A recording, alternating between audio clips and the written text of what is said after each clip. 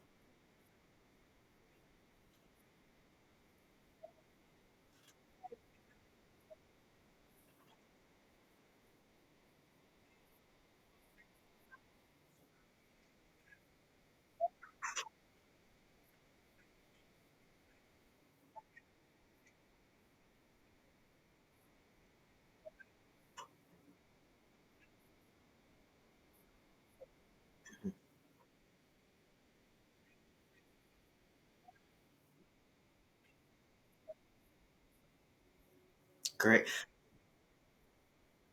Yeah.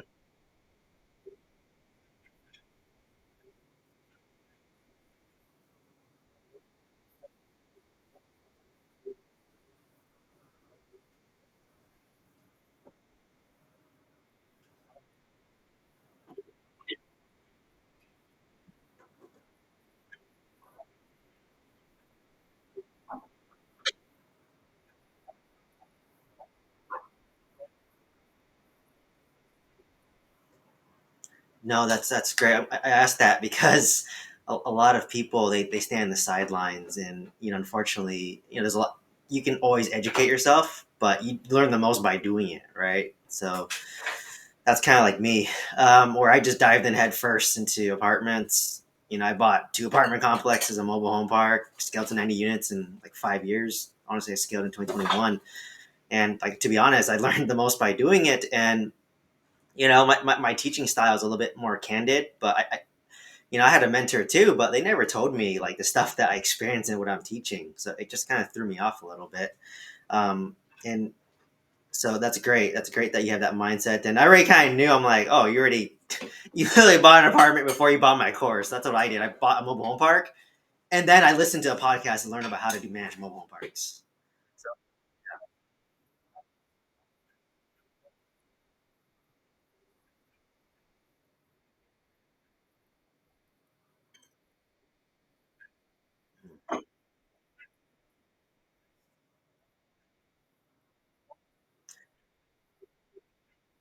yeah, no, appreciate that. And it's kind of funny too, like for me, like when I joined the mentorship, the education wasn't that much different, but for me, it was getting my belief destroyed. Like I literally thought only rich people own apartment complexes.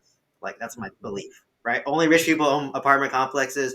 I need to be full time in real estate. I need to be a real estate agent, a real estate broker.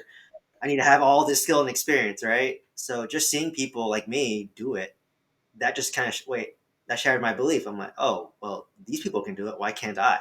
Right? Like so that was the main thing for me, and kind of breaking my belief. And then the moment I broke that belief, I scaled to 90 units, right? And now I'm kind of stagnant at 90. But what's my next belief that needs to be broken to get to like 200, right? So that's really um, kind of the point of like basically being around the right people and mentorships is like you're not really paying for the education; it's paying to get your beliefs broken. And then once that belief's broken, like that's how you'll scale up, right? So like you literally can follow right behind me and get to 90 units, but hopefully I would have progressed a little bit too. So cool. No, thanks for that. And can you kind of share about your kind of the current state of your apartment complex, kind of like what you learned, what went right, what went wrong?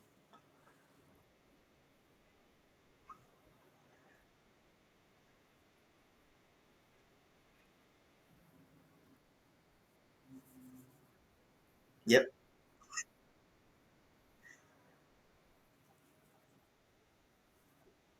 Hmm.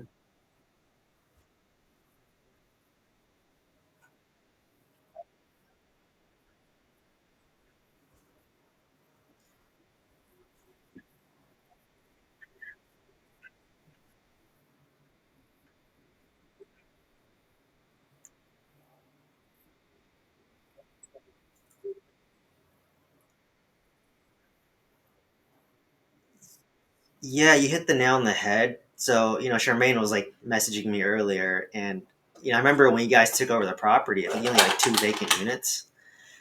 And then I just said, and then two is easy, right? You just go in there, fix up each unit, maybe $8,000 to $10,000, rent it out and call it a day, right? Cash out refi at that point. But I guess what you guys quickly realize is the moment you take over a property, and what I teach in my course is the moment you take over, what happens? Tenants will leave, right?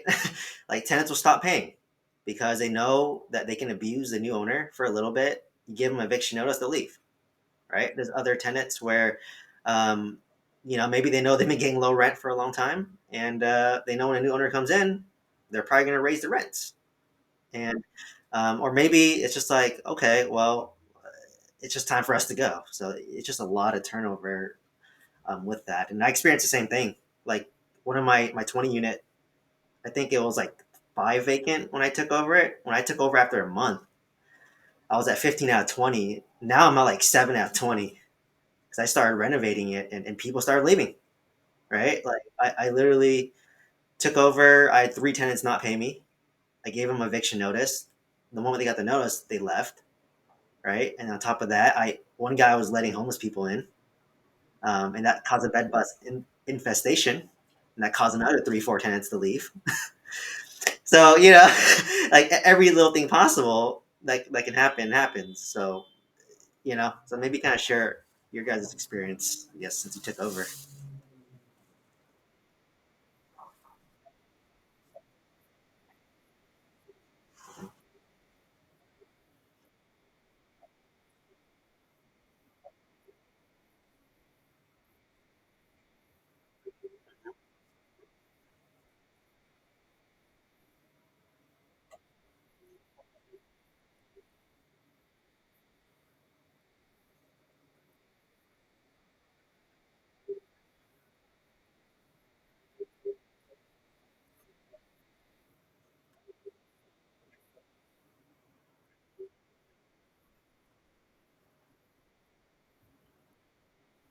Got it. I guess how many units are you guys renovating right now? Nine. And then what's your average cost per unit to renovate? About 8,000. So that's about right. So that's basically like just is it new kitchen, new flooring, all that, or is it just okay? Yeah. So it's about $8,000 to $10,000, right? New kitchen cabinets, LVP flooring, your fresh coat of paint. You might touch up the bathtub with a bathtub kit. So that's about right. That's about your average, right? And how long is your contractor taking to renovate each of these units? How many per month? Yeah.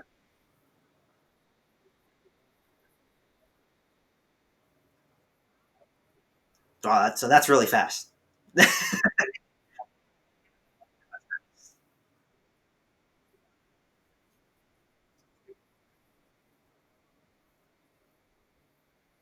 Yeah, yeah. So just so everyone know, that's really fast. Like literally, my 26 unit, it took them 6 months because I got delayed of labor shortages, right?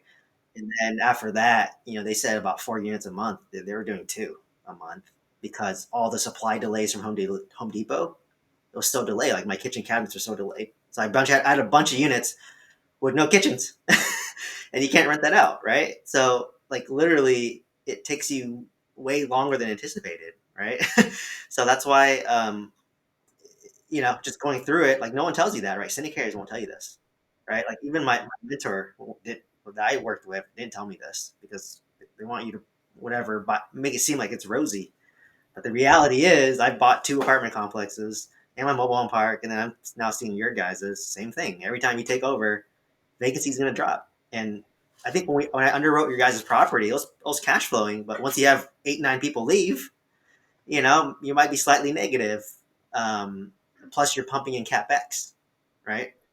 So that's why I tell people like, oh, like 90 units, Steven. Like, why aren't you retired?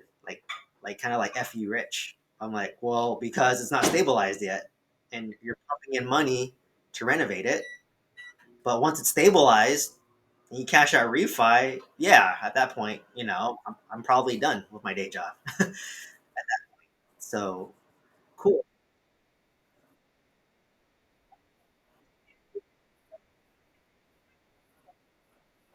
Mhm.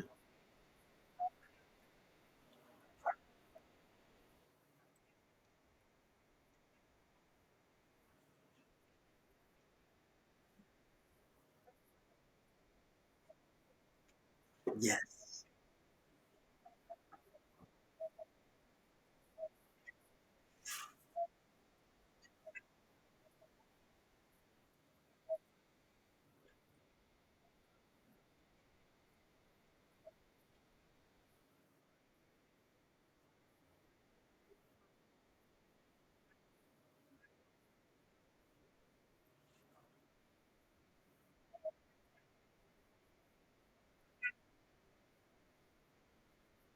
Mhm.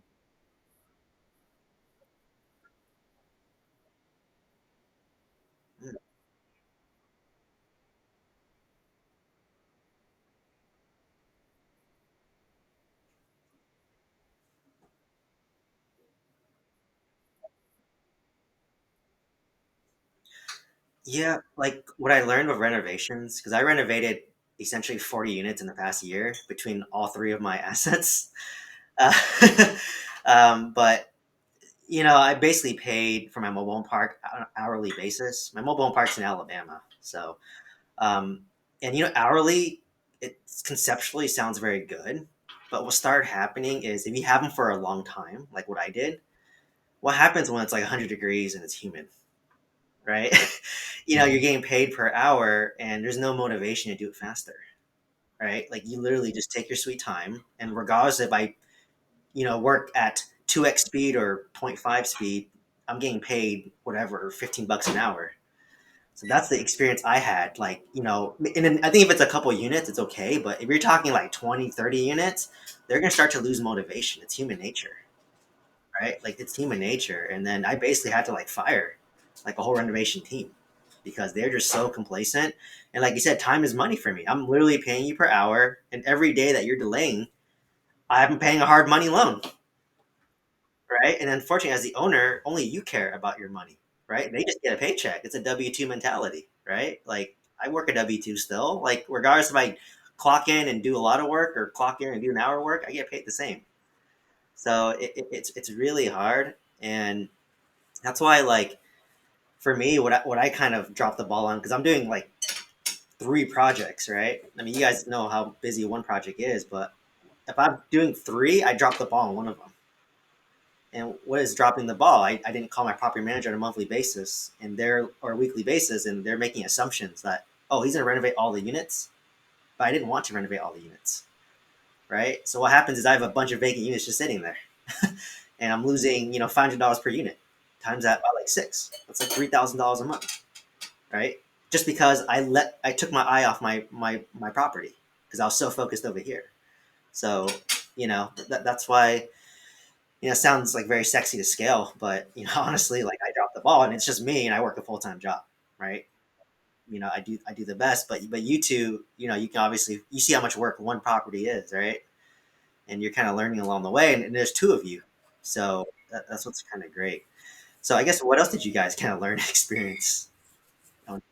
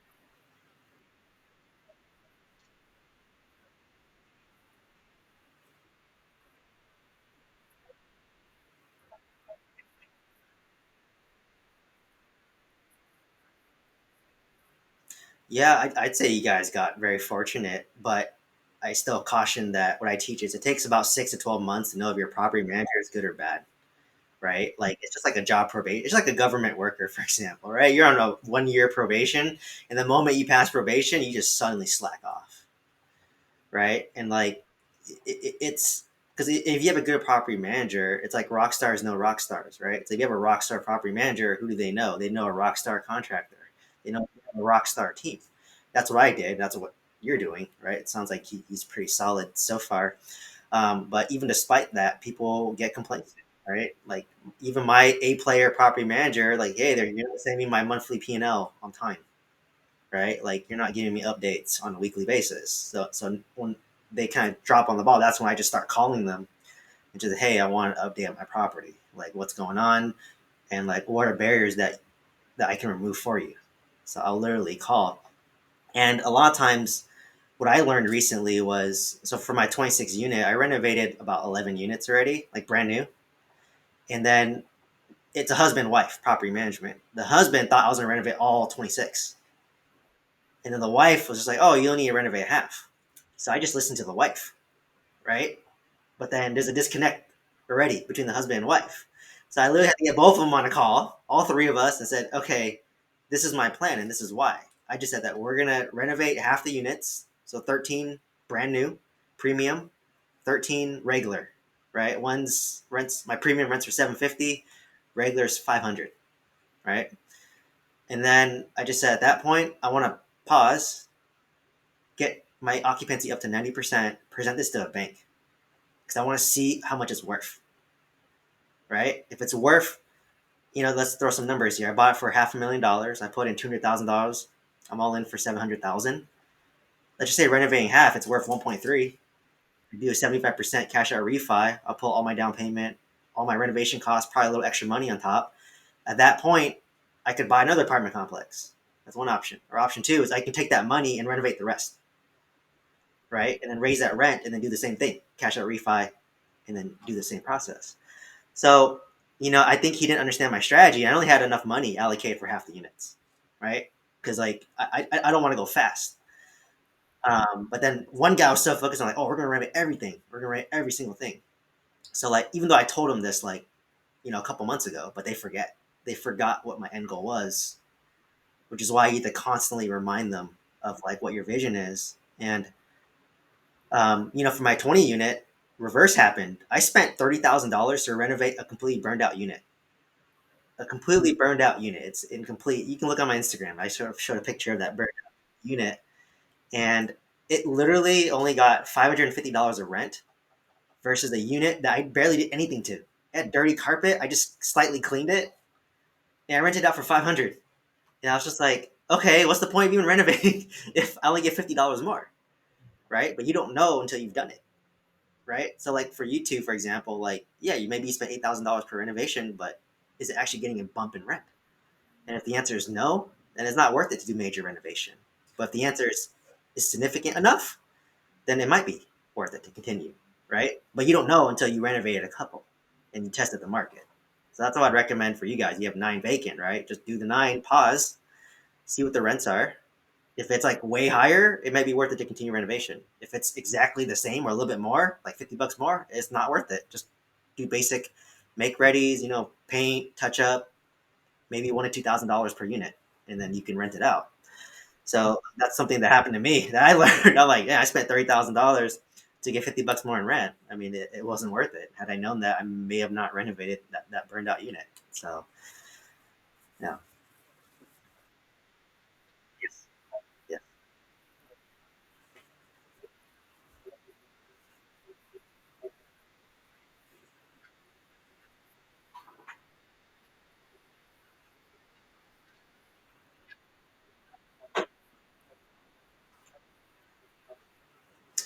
Yeah, that's a great question. So I like a whole module on underwriting, but I do simple back of napkin math. To be honest, like people make real estate more complicated than what it really needs to be.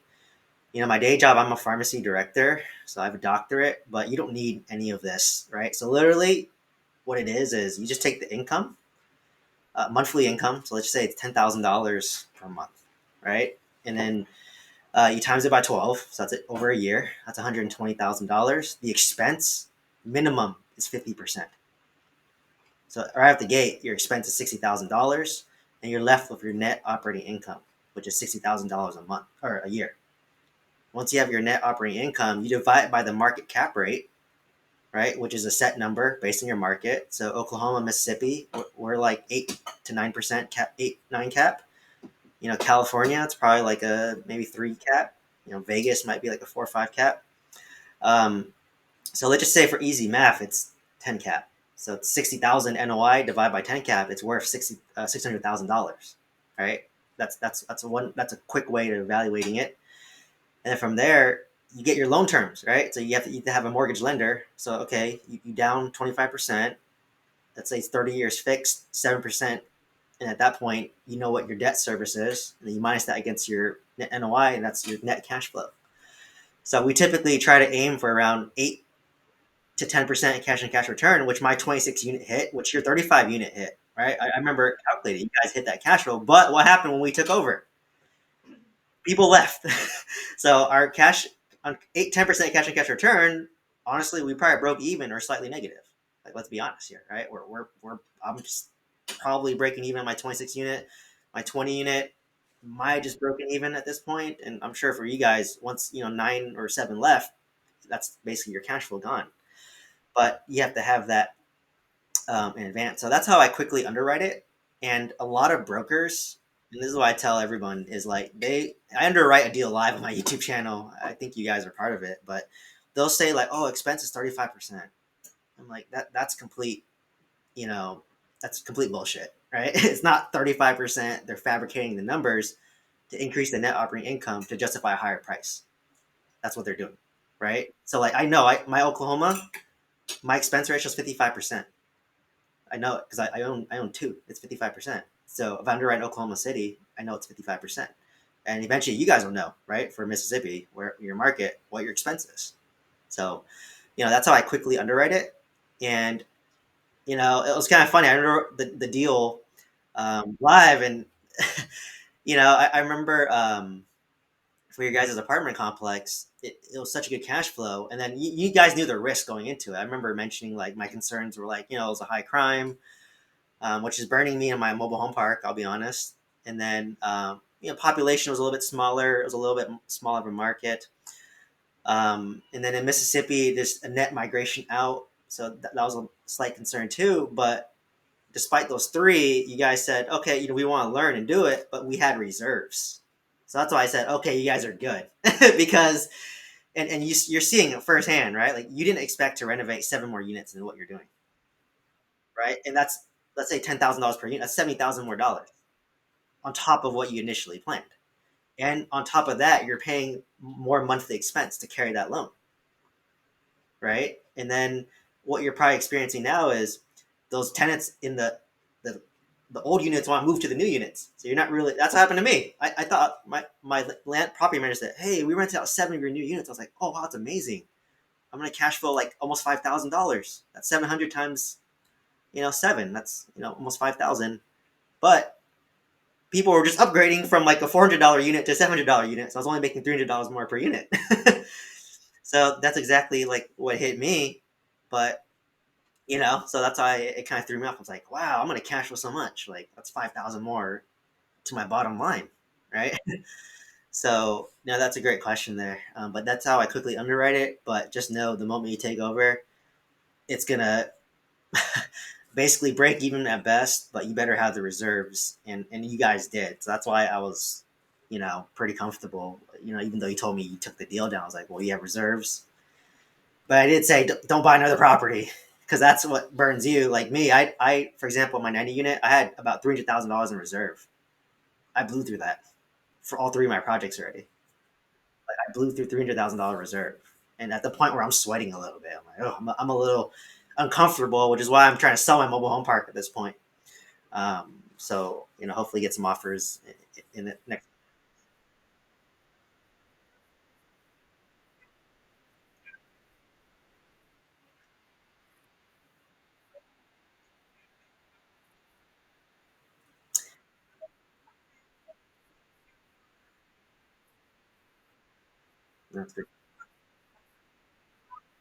No, so that's a great question. So I actually have, um, I had my initial reserve was 250,000. But on top of that, I have about maybe $300,000 worth of line of credits on top of that. But for me, I do not like to dip into my line of credits ideally, just because I don't want to be over leveraged, and I'm purposely pumping brakes on scaling, right? Because what's fortunate for me is I literally, I think I was under contract for like an 80 unit mobile home park, another one. I would almost be at like 200 units right now, but I might be bankrupt. I don't know. If I got took that deal down, I might be bankrupt at that point. And like I literally shut down the deal because of due diligence. But I was just such in that mode to just buy, buy, buy, buy. Like that was my. I don't know why I was so into it. Um, and I'm glad that it failed or it just didn't go through. But yeah, it's nice to have lines of credits. But for me, I really don't want to dip into it just because for me, I felt like when I had to dip really into my reserves, I started getting more stressed. And then when you're more stressed, you don't think as clearly. As your emotions go up, your intelligence goes down, right? And it's like kind of weird. Like if someone were to tell me, like if I was like coaching myself, I'd be like, "What are you doing? You're stupid." But but then because you're such in the weeds, you get lost and so absorbed in the process that's why you need someone else run bounce ideas off of, right? Because when you're stuck in the weeds, you're just so hyper focused on making it right. So for me, like what made my decision for my mobile home park was I just said, hey, like I have 3 months worth of money left for this mobile home park, right? Like, I have 3 months allocated.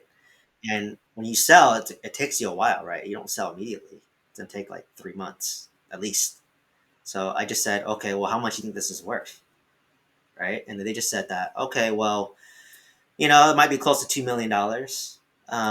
So that's basically a $500,000 profit in a year that I owned it, right? And I just said, okay, well, I can make $500,000 in a year. I'll pay capital gains tax on it, right? But it also remove my biggest stressor. I'll be honest, my mobile park is my biggest stressor. My two apartment complexes are a lot less stressful. And if I were to sell it, I'd get all my money back, right? Plus 500,000 in profit. And then I'm sitting on a lot of cash, right? And at that point, I'm making decisions out of a more calm mind, because right now I'm not making the best decision. So it actually took like, just running it by my girlfriend to like, oh, what's the best decision? And I'm like, I scaled to 90 units. I'm like, I'm not happy here. I'm like stressing myself out. Like when I just owned my 26 unit, I was in my 20 unit, I was just cruising. It was easy, right? The moment I bought my mobile home park, it made real estate investing not fun for me. I was way too stressed. And psychology, right? Like I'm writing $50,000 checks a month to renovate this thing. Even though I have the money allocated, most people do not have $50,000 ever, and I'm writing that monthly. Even though it's allocated in a bank account, I'm writing $50,000 checks. You do that for like a year, that's gonna that's gonna mess with your psychology, right? Because I'm not used to that, right? I still work W-2, right? That's a lot of money. So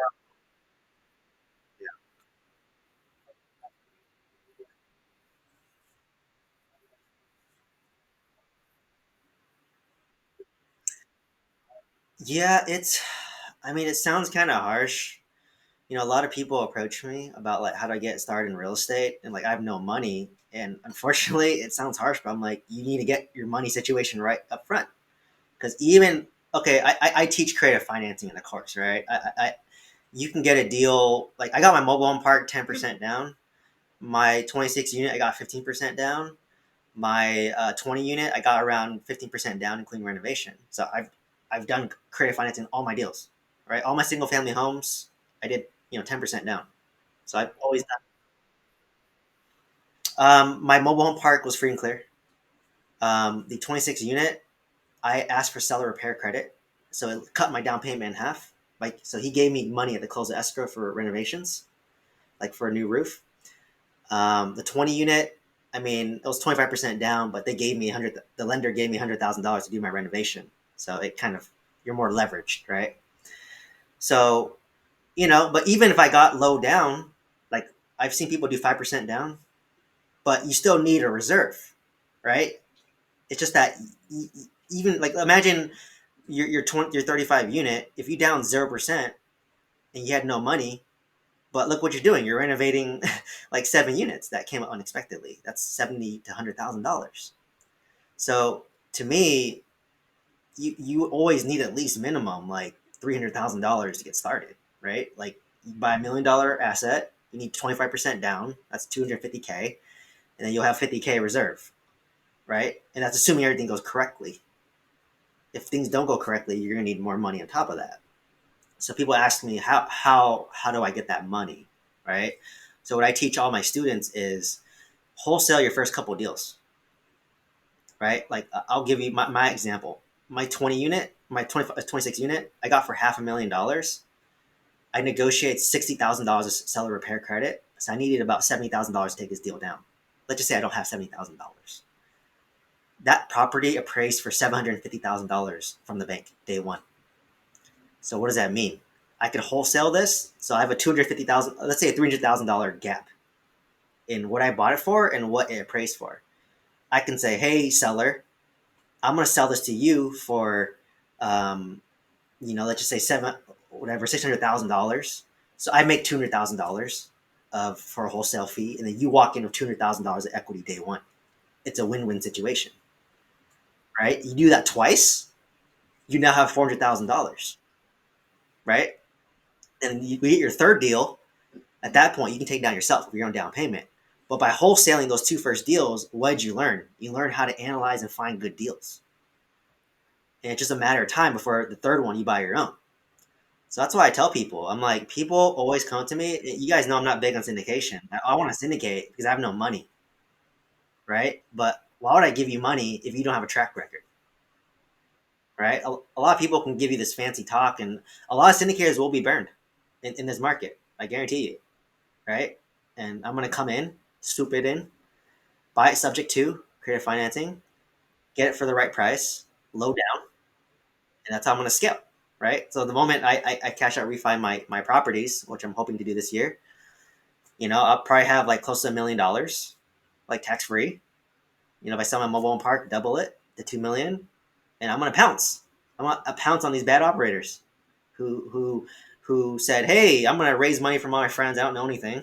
I don't have a track record, and they're going to mismanage their property, and I'm going to take over and save it, right? So that's the way I view it. So basically, wholesale until you get your deal, until you get your enough money, take down a deal yourself, and once you do one deal yourself, so I'll just give me and you, Charmaine, as an example. The moment we cash out refinance our deals and we present it to an investor, you think we can raise money?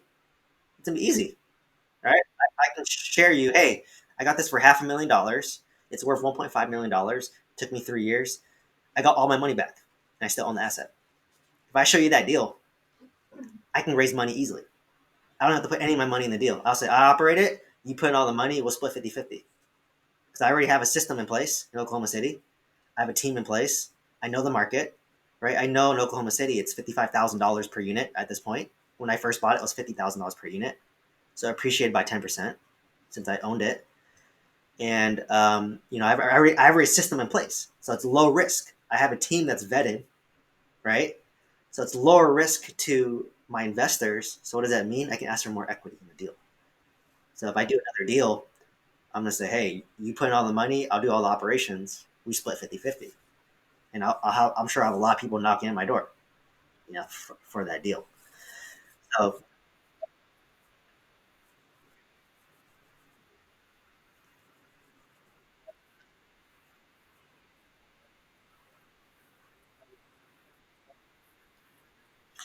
yeah, so it's a system.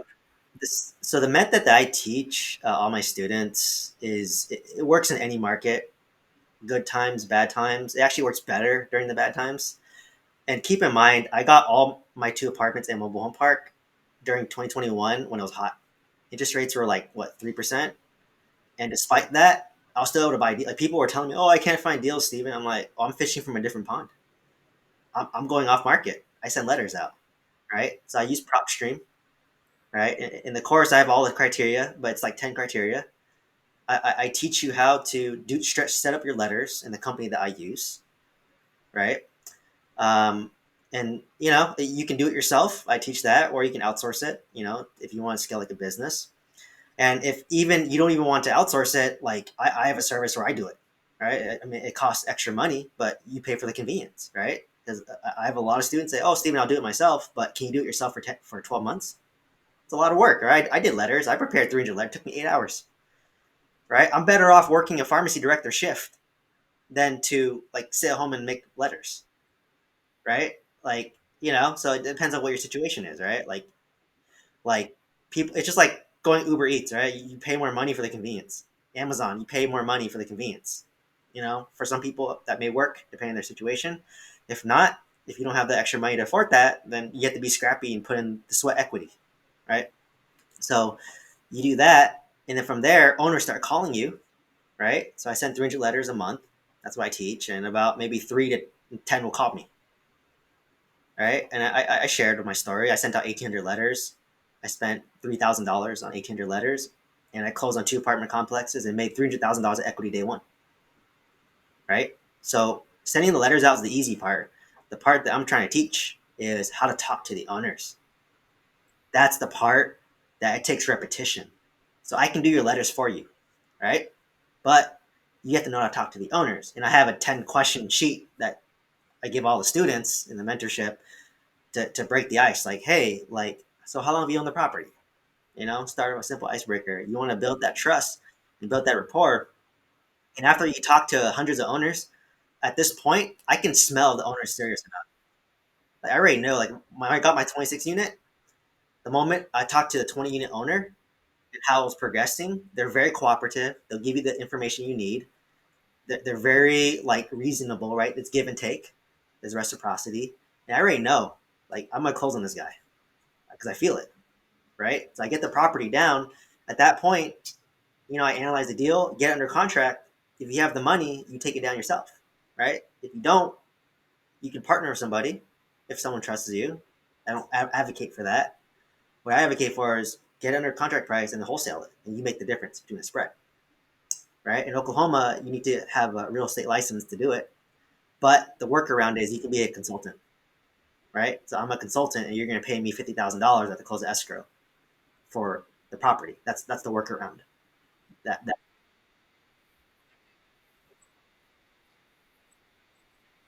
Yeah. So in Oklahoma, you have to be to wholesale. You have to be licensed. But like I said, the workaround is you can say you're a consultant.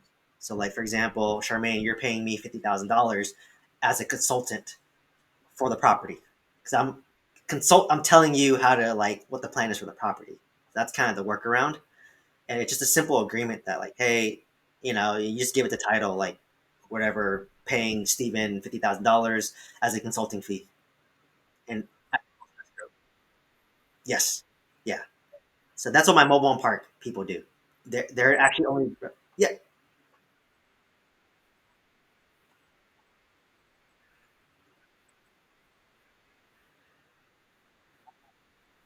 It's I go direct to seller only because I've never had a broker bring me a good deal. Like I analyzed like three deals given to me by a broker off market. This is off market, right? And they were complete garbage. Like I underwrote it. I just said that a bank will not lend on this. And at the end of the day, the brokers. What's annoying is like I hate working with middlemen because like okay, let's say I tell Eric something and then you tell Charmaine something. By the time it gets to Charmaine, the message is construed, right? And it's hard to build trust. I'd rather talk to Charmaine directly, build trust, make myself seem like a real person, right? And once you have that trust, and then that's how you can create negotiations, and then that's how you take down the deal, right? So, like, honestly, both the sellers I worked with, if they brought the deal to a broker, they would have gotten more money for the deal. But sometimes you can't put yourself in the seller's mindset. They just want to work with someone that they like, or maybe they just want to know who they're selling it to, right? Versus you give the deal to a broker, they have their 200, 300 list of sellers, and it feels so unpersonalized, right? Like when I work with a broker, I just make an offer and then that's it. I just hear it get rejected, and I know I'm gonna get rejected. Versus when I go with the owner, I can understand their pain points, and then like create a win-win situation. That's natural for me. I'm in healthcare, right? I'm born to help people. So that's why I like going direct to seller. And I mean, don't get me wrong. If a broker brings me a deal, I'll look at it, but I'll just say, hey, like this offer price makes sense only for me. And then most likely they'll say no. This owner will say no. And I'll say, well, I'll give you that price if you seller finance me the deal. So I'll pay whatever. And then multiple times you tell the broker seller financing, they all might think you're too poor. So they move on from you. So I've never had a good deal brought to me by a broker, and I've never seen a good deal on LoopNet. I think Charmaine was lucky. She found her deal on LoopNet. That's how she found her deal so fast. And before she took my course, but the traditional route is you have to use letters. And I think one of my other students, he's sending letters in San Antonio, Texas, and he basically got a. It's more effective during this time of uncertainty because people want buyers or seller market pricing, but now it's a buyer's market. Why? Because interest rates shot up, right? Interest rates shoot up. Your debt service coverage ratio is hard to hit that 1.25 ratio, right? Versus the 3% versus the 7%, it's harder to hit that debt service coverage ratio. So, that's kind of the struggle. So, what's the bridge that gap where I'll give you your price, but it's my terms? It's seller financing. And if I overpay for your property, what am I going to ask for? I'm going to ask for low down. I'm going to ask for 10% down, and I'm going to ask for 5% at the close of escrow and 5% at year one. And if it cash flows well enough, it will cash flow enough to cover your second 5% down payment. So that's how you do it. It's all negotiable, right? So you can have a balloon. You don't have to have a balloon. My seller finance deal has a balloon after 6 years, but you don't have to have a balloon. It's all what's creative financing. It's literally whatever it is, right? It's literally I can say whatever it is. I can say I'll give you 20% down, 5% over 4 years. I want.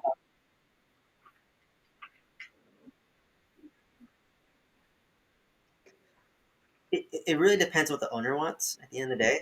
Like mine has a balloon, but how do I protect myself from the balloon? So let's just say I overpaid by a property. It's worth $1 million. I paid $2 million, and there's a balloon at year five, right? And my fear is that at year five, it may not be worth 2 million. So what I do is I build in a clause in a contract that states if it does not appraise by a lender, that term automatically gets extended for another 5 years. So that's how you protect yourself, right? Very simple. And then most sellers will be like, "Oh yeah, the property it's going to appraise in 5 years. I'm confident. I'll give it to you."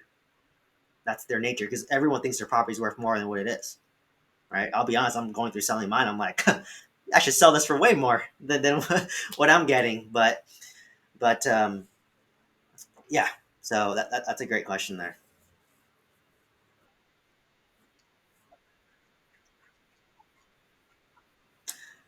So I have single families in California, apartments in Oklahoma, and then a mobile home park in Alabama.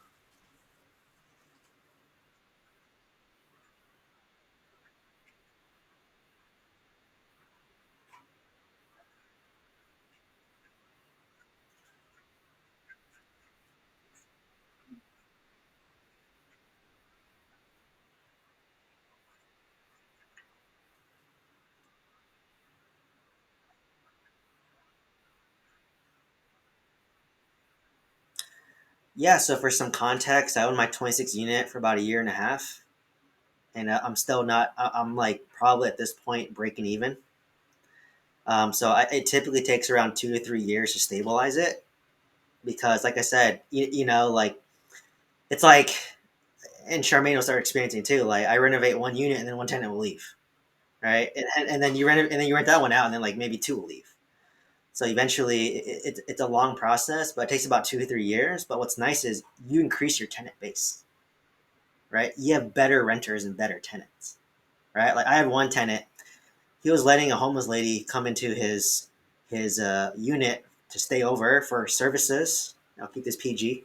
That's it. It's services, and she brought in bed bugs and infested all 20 units, and that cost me $10,000 to fumigate all 20 units, right? And my cash flow at the time was like $4,000 a month. My net income. That's not even other. That's just net income. My gross rent. I just lost 3 months of rent to this bed bug infestation, right? So it takes about, yeah, I would say about 2 3 years conservatively. So Charmaine and I we're unique in the sense that we're under a hard money loan, right? So we have 12 months to basically do our strategy, and it's pressure, right? Like it's literally pressure because I'm at, what am I at right now? I think I'm at like um, 55%. So I'm at 11 out of 20 right now. But I know to get to a good cash out refinance, I need to be at 90%, which is 18. So I'm short like, what is that? Like 7 units, right? So basically I have until May. So May is when my 1 year is due to rent out 7 units, right? So I'm fixing up like, three, and because I'm a little bit desperate and push against the timeline, I'm actually offering a move-in special. So right now it's a $77 move-in special. You pay me $77 plus your security deposit, you can move in. And after that, the subsequent months will be about like 450 or about $500 after that. And then you have to post it on Facebook Marketplace. That's the number one way I've been renting it out. And my property manager didn't even know that. I told her, I said, "You better post this on Facebook Marketplace because that's the new Craigslist." And on top of that, and she just told me like, "Oh, you're right, Steven. We posted it on Facebook Marketplace, and we rented out, I think, 4 units during November, December, and that's the worst time to rent out a unit because it's the holidays. No one wants to move. No one wants to move during the holidays. But what's coming right now? It's January, February, March. Tax return season's coming. That's when people want to move. So I'm hoping that I hit my 7 more units rented. I can prove to the lender that I basically stabilize this property, and I hope I can do my cash out refi. My hard money lender allows a 3 month extension, so I can go all the way up to August at no cost to me. Like I said, I kind of don't want to push it to that point. So at this point, I told my property manager, I don't care for maximum rent, just get it rented out, and just make sure they're a good tenant, and we can organically raise their rents later, right? So that's what I'm kind of pushed up against, and probably Charmaine might experience that as well because you have 9 units to fill up, or whatever, 7 or 8, and you rent one in, and you rent one when we go out, and when you experience in smaller markets, is there may not be as much demand, right? So that's another hurdle that you go through. So when your back gets pushed against the wall, that's how you kind of do that. So I usually tell my students about 2 to 3 years, but Once I hit that 3 year mark, I'll be making good cash flow, right? But then I cash out refinance. So my loan goes up, so my cash flow goes down. But now I get all my lump sum of my money back and I can go buy another property, right?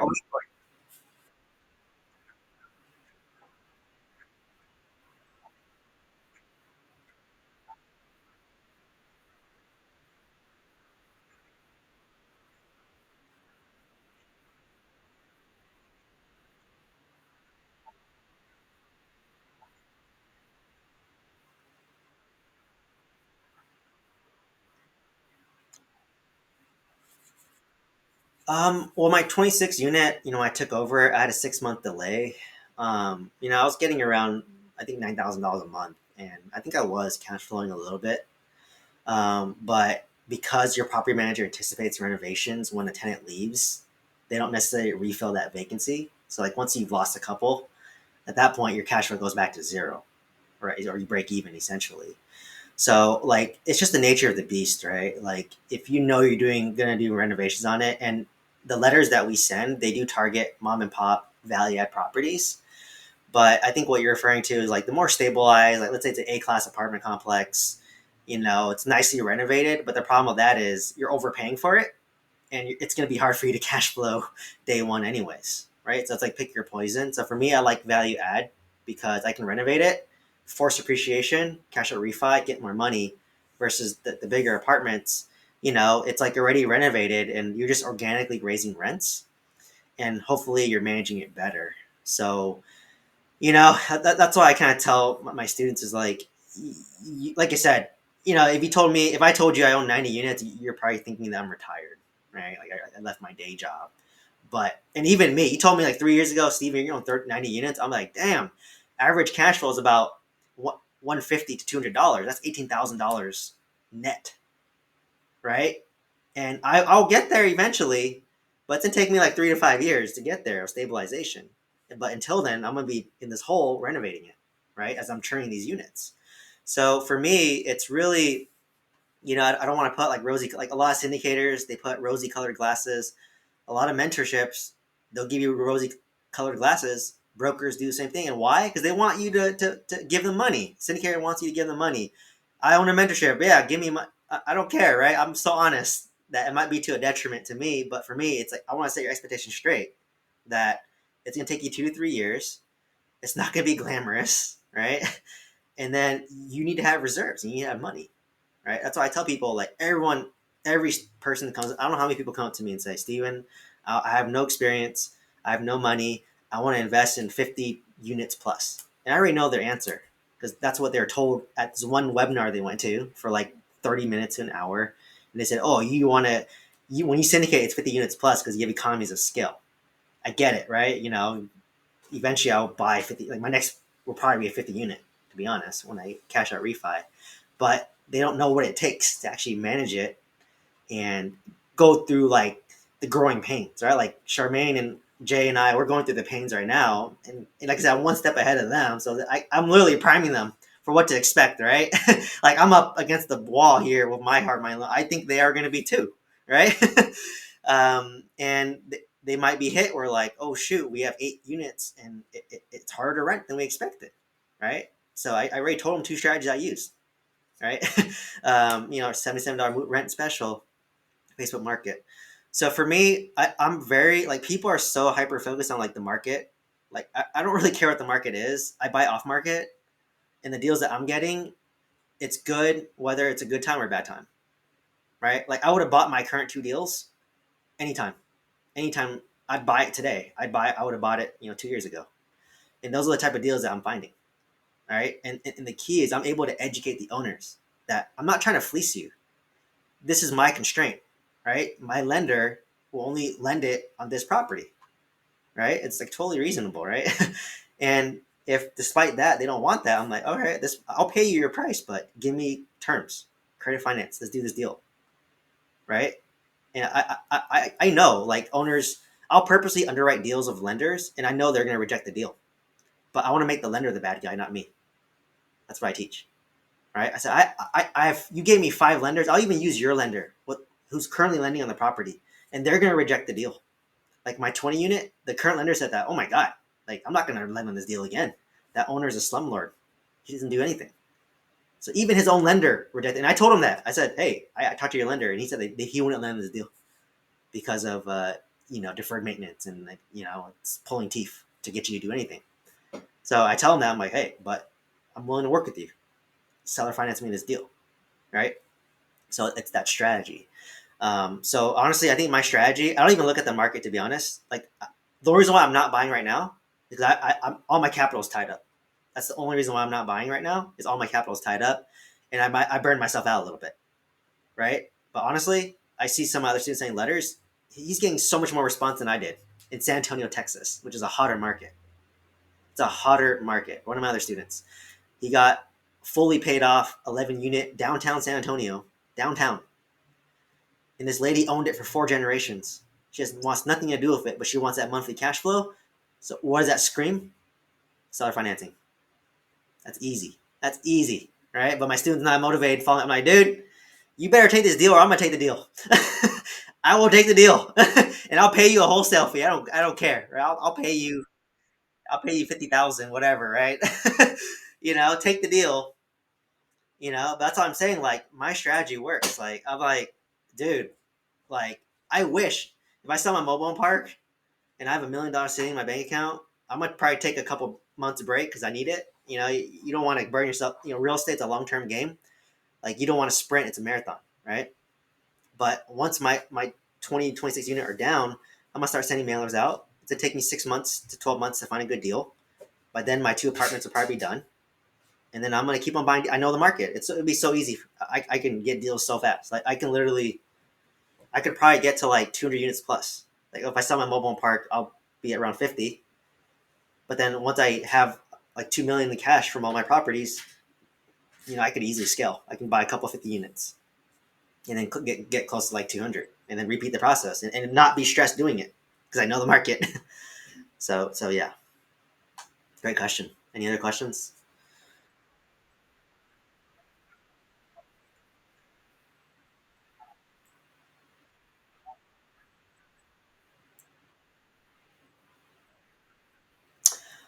So yeah, I own the mobile home park already. So I'm just looking to sell it because I diversified too much. So like what I teach, where I hit was be great at one thing, not good at two things.